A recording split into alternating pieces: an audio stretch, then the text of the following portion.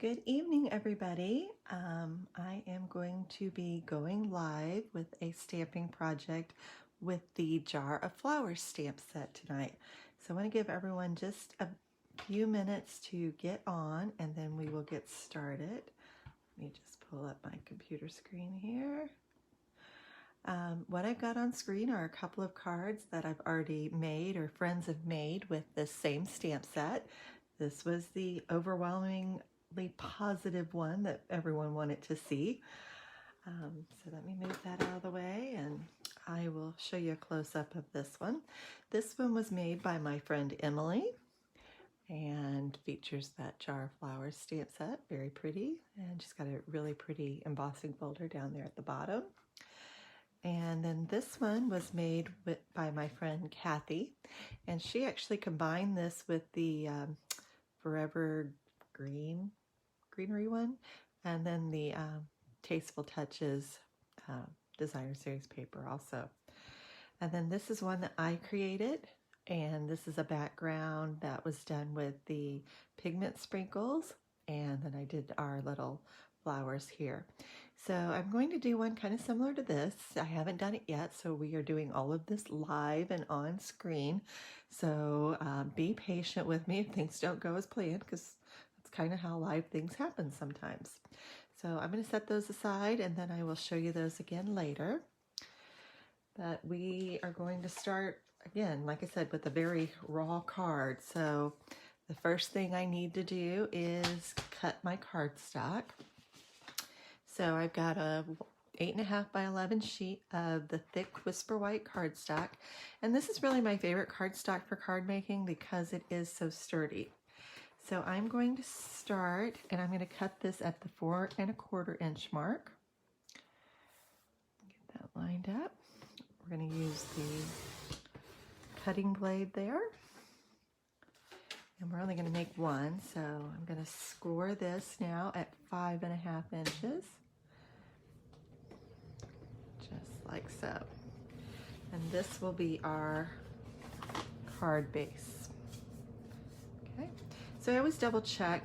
Sometimes when they cut the cardstock from Stampin' Up, sometimes it can be off just a little bit. So even just that little bit of a hair off, I like to go ahead and trim that off. So that's why I do that. All right, and then I decided to use this piece of background paper for the front of the card. So I'm going to cut this down also. And I just grabbed one from that new, it's from the Tasteful Touches, I believe is what it's called. Tasteful Textures, maybe? I don't know, somebody can correct me on that. Still learning the names of everything. So I'm gonna do 2 inches. And I'm going to do that by 5 1/2. So again, this is a brand new card I'm making. I haven't made this one before, so we are doing something new. And it's about time to change my blade, and the way I can tell is my cardstock's getting a little frayed as I'm doing that. So I'm going to set that aside, and I'm just going to go ahead and adhere this to the front of the card so that we have step 1 completed. So I'm just putting this, let's see, I kind of like this way it looks this direction because it almost looks like an ombre, doesn't it? Let's get that lined up. All right, so we've got that on our cardstock. And then we'll add our little jar over here.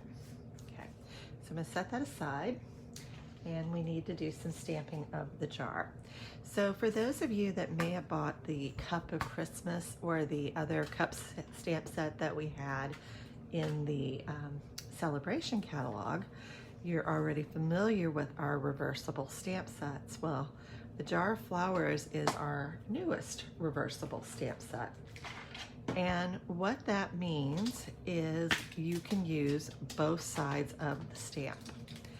So we are going to take out our jar image, and I'm going to set that aside. I'm going to use the larger jar, and on this you're going to see this side has the little marks on it, and this side is a flat surface. So I'm going to put that down so that I get the little marks on there, okay? And let's see. So I'm gonna close this up. I think I need to add my foam pad under here. And let me grab that. Okay. So this is, if you've already got a Stamparatus, this is a great add-on for you. This is a foam pad, and if you're using those photopolymer stamps, it will just set that up a little bit higher for you. So I'm putting my paper in the very corner because we don't want that to move at all. And I'm going to use the black Memento ink. And I'm just going to ink the jar up. Okay, we're going to get a good image there. Perfect. All right. Then I'm going to use my Stampin' Chamois. And as you can see, mine looks like it's been heavily used, and that's okay. That just shows I have been doing something with it. I'm not going to use this one. I'm going to use the shorter one. And like I said, there are two. Let's see what I did with my other one here. Yep, he's sticking over here. Okay, so this one I'm going to use just to show that my jar is not completely full. So again, it's got the same side there, but I'm going to put it on the side that has the flat surface on it. So we're going to line that up where we want it, but you can use the back side of either of those stamps. And this time I am using Balmy Blue, and you'll see this is very solid there. I'm getting a piece of scrap paper, and I'm going to stamp that first, because I want this to be a really light blue color, almost a water look. And of course, if I go too light, I can always go darker, but if you go darker, you can't just immediately go lighter. So this is perfect because you can actually, you know, re-ink that a couple of times if you want to, or just leave it as that. So again, I'm going to clean that up, clean that stamp and put him away. And then we want to do our little stems. Grab those off the sheet. And this is one reason why the Stamparatus is so good. Even though you've got, you know, this photopolymer that makes it easy to line them up, this makes it even easier because you can make sure that you've got it in the exact right place. So I'm going to go ahead and close that up again. Make sure that went back in its spot. This time I'm going to do it in the black again, or you could always use one of the greens. I'm going to go ahead and stamp that. And there we go. We've got our jar perfectly stamped. Okay. So the next step with that would be to use the coordinating punch. I can already see I'm going to have to cut this down a bit. If you do as I did and you stamp there in the middle, you would have to do this, so don't feel bad. I'm going to open this up, and I always use my punches upside down like this. I'm going to have to cut a little bit more off there. Again, you don't have to be neat with that or anything.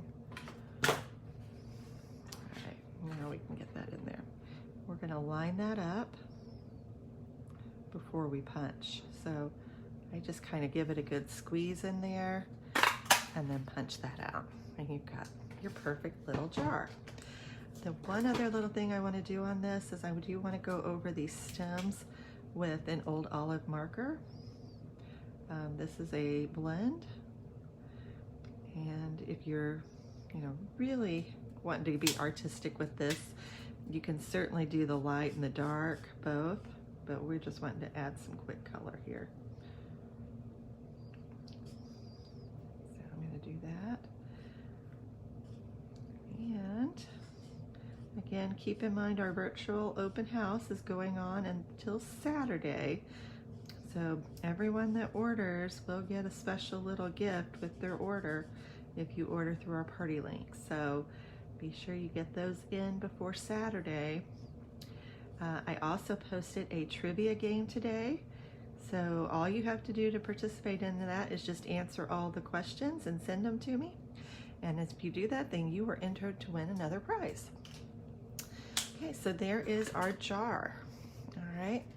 Now, ahead of time, actually, when I did some of my other cards, I went ahead and stamped some flowers because I knew I would be doing those eventually. And then I also had a little greeting that I've had in I have kind of what you would call a junk drawer for stamping items.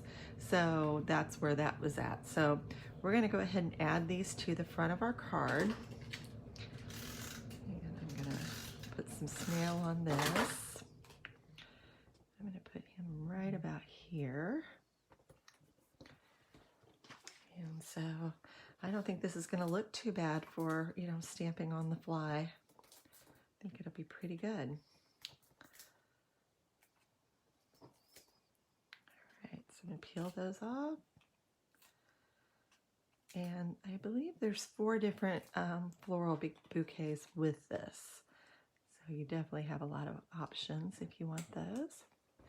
And then I don't know if any of you got any of the black dimensionals when those came out. They're now regular in the catalog, but I love them when I do these black greetings. And so if you caught my video on that earlier, you see my little trick for doing those. Let's peel that off. Okay. And we're just going to add that over here. And of course it looks pretty just like that, but we need to embellish it and step it up just a little bit. So along with that suite, there's also a 3-pack of ribbon. And I think for this one, the twine is probably the easiest, but I'm not into making things easy on myself tonight. So let's do this gingham ribbon. Let me put that open. All right. And I'm just going to do a little bow. And I do little rabbit ears like so. And especially if you're just doing one, you're not doing tons of them, I like to do it off the end of the roll like this, and that way I'm not losing too much. I'm just going to straighten that out a little bit. But yeah, this ribbon's adorable. I think it's super cute. Let's see. That's going to look good on there and give it even more of a little country feel. Let's trim that down. Okay. See how cute. Cute, cute, cute. All right. I'm going to just put that on. Let's see. I think we will use a mini glue dot for that. Those are always pretty helpful for bows and such. So put that down. Put the mini glue dot right there. Cute, right? Okay. And then, of course, I need just a little bit more embellishment on here. I'm going to do some little rhinestones. Oh, I lost my little thingy on him.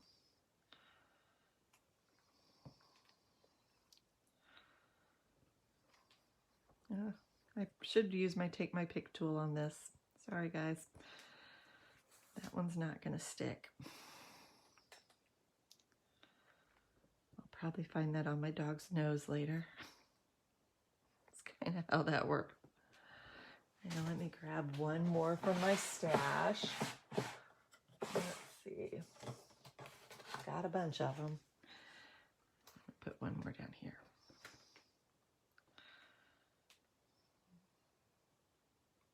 Maybe. There we go. All right. And the only other thing I would probably add to this, just to get it a little more stepped up, is some Wink of Stella. So let me see if I can find my Wink of Stella. Like I said, this is a card really I've been making on the fly here. And this just adds a little bit of sparkle to your cards. So So that'll just make that really pretty. And I did this with the Stampin' Blends. I think the colors I used were Old Olive, Melon, or Lovely Lipstick, and Purple Posy.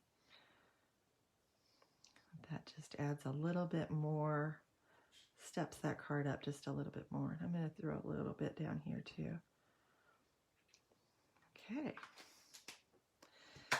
So there we go. So who's going to be ordering this stamp set? I think this one's been very, very popular. And here is the other one that I made as well. So both of those colored with very similar colors, but completely different look. So that's all I have for you tonight. I will be back tomorrow. I'm not sure what time.